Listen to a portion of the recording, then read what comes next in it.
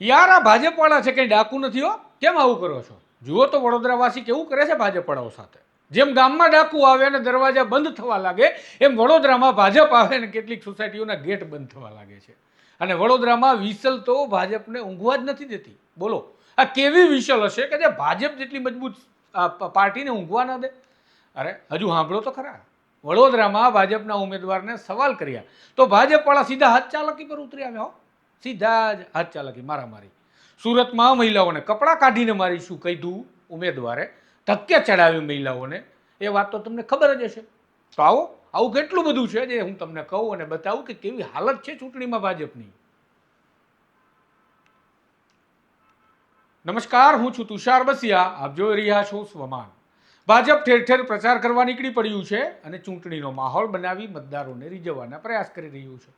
પરંતુ કેટલાક સ્થળો પર ભાજપ જાય કે તરત ભીંસમાં મુકાઈ જાય તેવી સ્થિતિનો તે સામનો પણ કરી રહ્યું છે. જેમાં વડોદરાવાસીઓ તો ભાજપને ભારે ભગાડતા જોવા મળે છે. ભાઈ જુઓ, વડોદરાની એક સોસાયટી જ્યાં ઢોલ નગારા સાથે નીકળતા ભાજપના નેતાઓ અને કાર્યકર્તાઓને જોઈને કેવા સોસાયટીના દરવાજા બંધ થવા લાગે છે, જાણે ગામમાં ડાકુ આવ્યો હોય. જુઓ સ્થિતિ કેવી છે. જુઓ, જાણે ભાજપમાં મતદારો ડાકુ ભાળતા હોય એમ સોસાયટીના દરવાજા બંધ કરીને અંદર ઘૂસી જાય છે. શું આ મતદારો ભાજપવાળાનું મોઢું જોવા પણ રાજી નહીં હોય કે સાવ આવું અપમાન કરી નાખતા હશે દરવાજા બંધ કરીને? વોચ ગુજરાત ન્યૂઝ વેબસાઇટ કહે છે કે આ દરવાજા બંધ થયા એ વોર્ડ નંબર 12 છે અને રહીશો લાઇટ, રોડ, રસ્તા અને પાણી આ બધી સ્થાનિક વસ્તુઓ છે અને ગટર આ બધી સમસ્યાથી પીડિત છે એટલે આવું કરે છે અને એટલે ભાજપથી આ બધા સ્થાનિકો ગુસ્સે ભરાયેલા છે. અને હા, વડોદરા ફેમસ વિસલની આપણે વાત કરવી છે, પણ એ પહેલાં ભાજપના ઉમેદવારને સવાલ કરવાથી ભાજપવાળા કેવા ઝપાઝપી કરવા ઉતરી પડ્યા એની વાત કરી દઉં. જો વોચ ગુજરાતનું જ કહેવું છે કે વડોદરાના વોર્ડ નંબર 5માં ભાજપ પ્રચાર કરવા નીકળ્યું ત્યારે ઉમેદવારને એક સ્થાનિકે કેટલાક સવાલો કર્યા. આ સમયે સવાલોથી અકળાયેલા ભાજપના એસસી સેલના પ્રમુખ યોગેશ પરમાર ગુંડાગીરી ઉપર ઉતરી ગયા હતા. જુઓ કેવી ગુંડાગીરી કરી રહ્યા છે.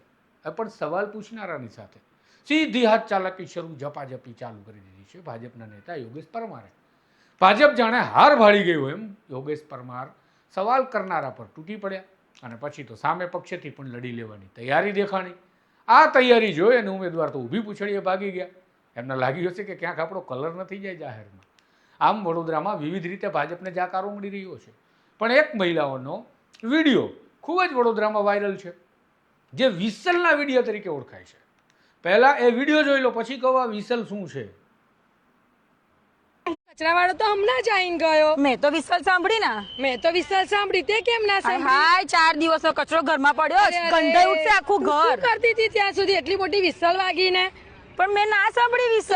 કેવી વિસલ સાંભળી? માં તો હું તો સોસાયટીમાં છે ને સંગીત ખુરશી રમીએ તો મોટેથી વિસલ વગાડું, મસ્ત વાગે છે. તેવી કઈથી વિસલ લઈ આવી? 10 રૂપિયાની બધે બહુ મળે છે. જાને હવે હસતો તા 3500 રૂપિયાની લઈને આવી. તને કોને એટલી 3500 ની મોંઘી આપી? તું 3500 રૂપિયા હું આપી ના આવી, પણ એનું શું? પણ તું ક્યાંથી એવી લાવી તે તને છેતરી ગયા? આ લોકોએ છેતરી ગયા અમને. તો ફરી જોઈએ જ ના. ના જોઈએ, ના જોઈએ, ના જોઈએ. નહીં જોઈએ ભાજપ, નહીં જોઈએ. તો તમને કદાચ હવે સમજાય જ ગયું હશે, પણ ન સમજાયું હોય તો સમજાવી દઉં કે આ મહિલાઓ વિડીયો બનાવી ભાજપના ઉમેદવારોનો વિરોધ કરી રહી હતી. એ પણ ક્રિએટિવ રીતે વિરોધ કર્યો. સોશિયલ મીડિયાનો જમાનો છે ભાઈ.